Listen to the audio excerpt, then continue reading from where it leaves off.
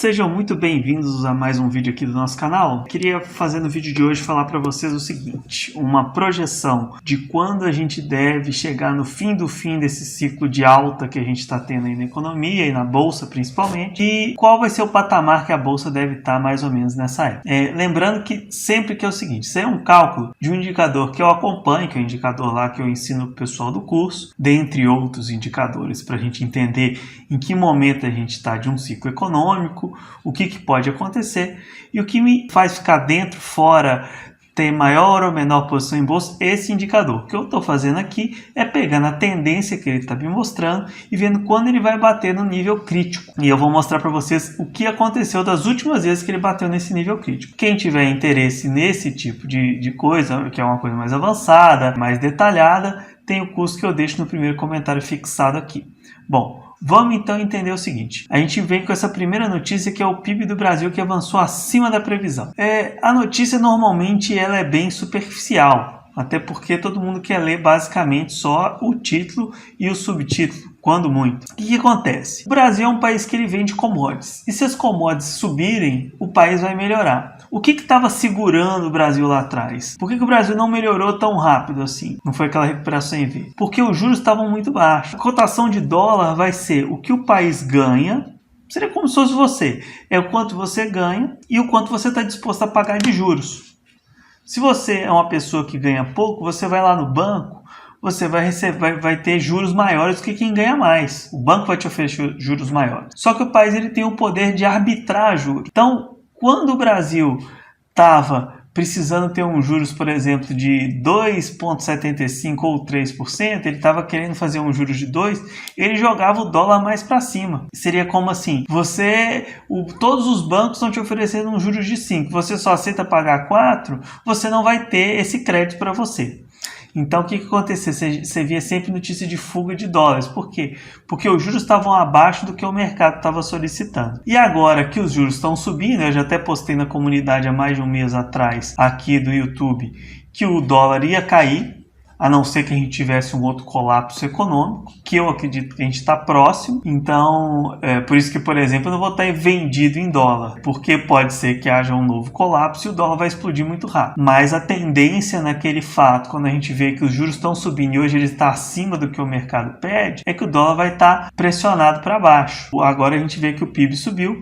Por quê? Porque tudo que o Brasil vende está começando a subir muito. E se você lê as entrelinhas lá do PIB, a gente vê que o que subiu foi produtos do agro, né, principalmente soja, a gente vai ver o gráfico da soja aqui, e minério, que é a indústria extrativista. A gente vê também que o preço do minério está bem alto. Enquanto a indústria de transformação, o consumo das famílias, que são outros propulsores do PIB, caíram, essas outras, o que não depende muito do Brasil, que são os produtos, as commodities, foi o que puxou o PIB. Agora, no próximo trimestre, resultado do trimestre, deve melhorar um pouco mais. Por quê? Porque o consumo das famílias deve aumentar com essa baixa do dólar, que vai deixar a gente um pouco melhor. Só que o que acontece? A gente está com todas as commodities praticamente em topo histórico.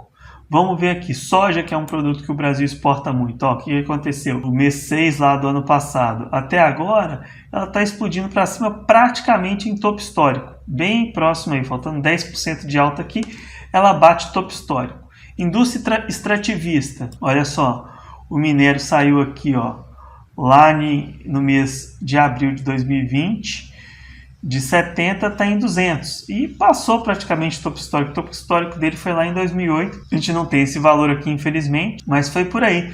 Foi 200, 220, ele não tem muito mais para onde subir. E o boi gordo também, que é outra coisa que a gente exporta bastante, também está aqui nos seus $300, bem alto, valor bem alto. Então tudo isso faz entrar mais dólar no país pela via que a gente chama de balança de transações correntes, que eu expliquei lá no vídeo do efeito do dólar na nossa vida e por que tudo está ficando tão caro. Então, quando tudo isso que o Brasil vende começa a subir, há uma sensação de que tudo vai melhorar. Foi o que aconteceu até no governo Lula. Tudo isso estava acontecendo e ele estava praticando juros muito altos, muito além do que o mercado estava pedindo.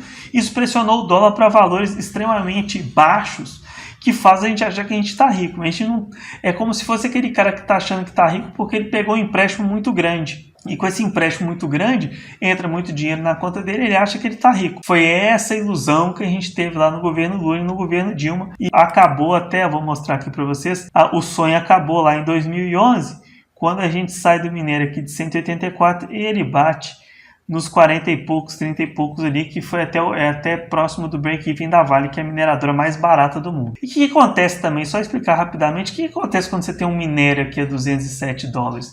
Um monte de mineradora vai ser ativada, um monte de gente vai começar negócio de minério, vai querer expandir produção de minério.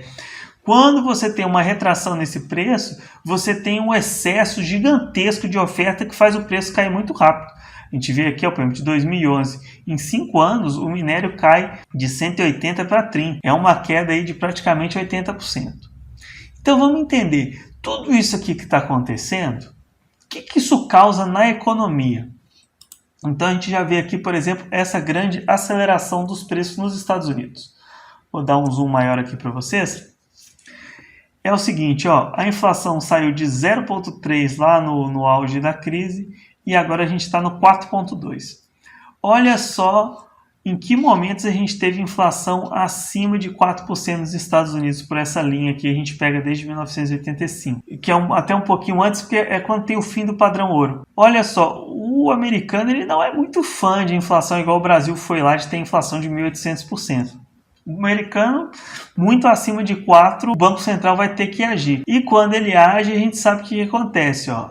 A inflação cai rápido, a inflação cai rápido, a inflação cai rápido. O que acontece quando faz essa inflação cair bem rápido? Ele vai tentar tomar medidas, provavelmente alta de juros e tudo mais, para conter essa demanda. E o que vai acontecer com o preço daquelas commodities que a gente viu lá atrás? Vai cair. A velocidade de queda que vai indicar a velocidade de queda da nossa bolsa ou também da bolsa americana. Então agora, diante de tudo isso que a gente viu, vamos dar uma olhada o que aconteceu das últimas vezes que esse indicador que eu acompanho deu um alerta, certo? É um indicador que ele me mostraria o seguinte, cara, o que está acontecendo aqui é fora de qualquer racionalidade de mercado. É como se fosse o auge do irracional. Então vamos pegar o seguinte, quando que esse indicador atingiu o crítico em 2008? Foi no dia 6 de 5 de 2008, a bolsa estava a 70.195 pontos, a máxima dela foram 14 dias depois a 73.517 pontos e depois os fechamentos dos outros meses foram só baixando, 72, 65, 59, 55, até que a gente teve o primeiro circuit break no fim de setembro, que a bolsa foi a 49 mil aí, que foram alguns circuit breaks naquela época, até a bolsa chegar na mínima de outubro, que foi 29.435 pontos. A gente está falando de uma queda acima de 50%. 2012 foi também uma época que as commodities estavam muito altas, como a gente viu ali aquele gráfico do minério, e o indicador deu alerta para a gente no dia 9 de 2 de 2012, quando a bolsa estava a 65 mil pontos e a máxima dela foi um pouco mais de um mês depois, a 68.394 pontos. Depois, o fechamento de todos os anos foi caindo, até que a gente chegou a mínima de 37.497 pontos no dia 26 de 1 de 2016. E vai coincidir muito lá com o auge da baixa do preço do minério. Em 2020 ele deu esse alerta pra gente? Também deu. Ele deu no dia 14 do 2, quando a bolsa estava a 114 mil pontos, um pouco depois da máxima dela, foi no dia 23 do 1 a 119 mil pontos, e logo depois vieram os circuit breaks e as quedas. Então, aqui eu vou fazer uma projeção, a correlação que esse indicador tem com a cotação de bolsa, para a gente ter uma ideia de como vai estar a cotação da bolsa próximo do fim do ciclo. Coincide um pouco com o vídeo que a gente fez lá em novembro, só que aconteceu no fim de dezembro, o indicador saiu daquela tendência que ele me mostrava, muito provavelmente, talvez por causa do atraso nas vacinas, isso atrapalhou um pouco a perspectiva de mercado e fez com que ele subisse de novo, e agora ele retomou uma tendência em março, no fim de março ele retomou uma tendência de baixa, por isso que eu estou fazendo o vídeo novamente. Então o que eu faço? Eu faço uma correlação entre esse indicador e a bolsa, e depois uma correlação entre ele e a passagem de tempo. Então eu vejo o seguinte, ele continuando nessa tendência, quando que ele vai bater o nível crítico? Quando que ele vai dar esse alerta para mim de novo, ok? Então vamos olhar o seguinte, cotação da bolsa, ele me dá uma equação aqui, e ele dá 86% de correlação entre o indicador com a bolsa. Jogando nessa fórmula, a gente teria a bolsa a 139 mil pontos, 140 mil pontos, que não é muito diferente do que eu venho pensando. Só que a gente vê que a equação é essa linha e a cotação de bolsa é essa. Então pode ser que seja um pouco mais, pode ser que seja um pouco menos lá na época. Eu acho então que a bolsa fará a máxima ali nos 139 mil, 140 mil, algo em torno disso, mas pode dar esse desviozinho aqui, certo? O que me faz entrar ou sair da bolsa é o indicador, e esse indicador eu não vou falar qual que é aqui, dentre outros, porque ele não age sozinho, ele tá junto com outros eventos de mercado e eu ensino lá no curso e eu não vou ficar passando uma coisa que outras pessoas pagaram para ter, que seria muita sacanagem com o pessoal que fez o curso lá. E antes de eu mostrar para vocês qual que é a data aproximada que o indicador mantendo essa tendência vai bater no alerta, queria recomendar para vocês, que tem nada a ver com assuntos de economia, mas é uma coisa que eu gosto muito, acho que é um projeto bem legal do pessoal, não ganho nada para fazer isso aqui, mas para recomendar quem gostar de conteúdo nostálgico de games e televisão, cinema, os podcasts Jogo Velho e TV de Tubo, que é um negócio muito legal, só tem um apoiador do projeto deles lá no Apoia. Quem gostar desse tipo de conteúdo de jogos antigos, videogames antigos e programas antigos, recomendo que vocês assistam o podcast lá do pessoal Jogo Velho e TV de Tubo, que tem Spotify, Deezer e várias plataformas aí. Bom, então vamos agora ao que interessa. Quando deve ser, mantendo essa tendência de queda que esse indicador meu está tendo, quando que ele me aponta o fim de... Então vamos lá. Quando que esse indicador está me mostrando que a gente vai chegar no nível crítico no fim de ciclo? Então ele me indica, segundo a correlação aqui de 82%, quase 83%, que será na primeira quinzena de setembro, ele mantendo essa tendência de queda, essa velocidade de queda. Pode ser um pouquinho antes, pode ser um pouquinho depois, ou pode ser que ele saia da tendência e a gente tenha que calcular de novo. Eu saio de acordo com o indicador, então eu olho ele toda semana, 2 vezes por semana, para ver como é que ele está, porque também não é, a gente viu que não é ele bate e amanhã vai acontecer. Ele está me indicando que ele deve atingir esse padrão crítico na primeira quinzena de setembro. Em tendo alguma mudança, eu faço um outro vídeo aqui, ou ele atingindo o patamar crítico, eu faço outro vídeo aqui.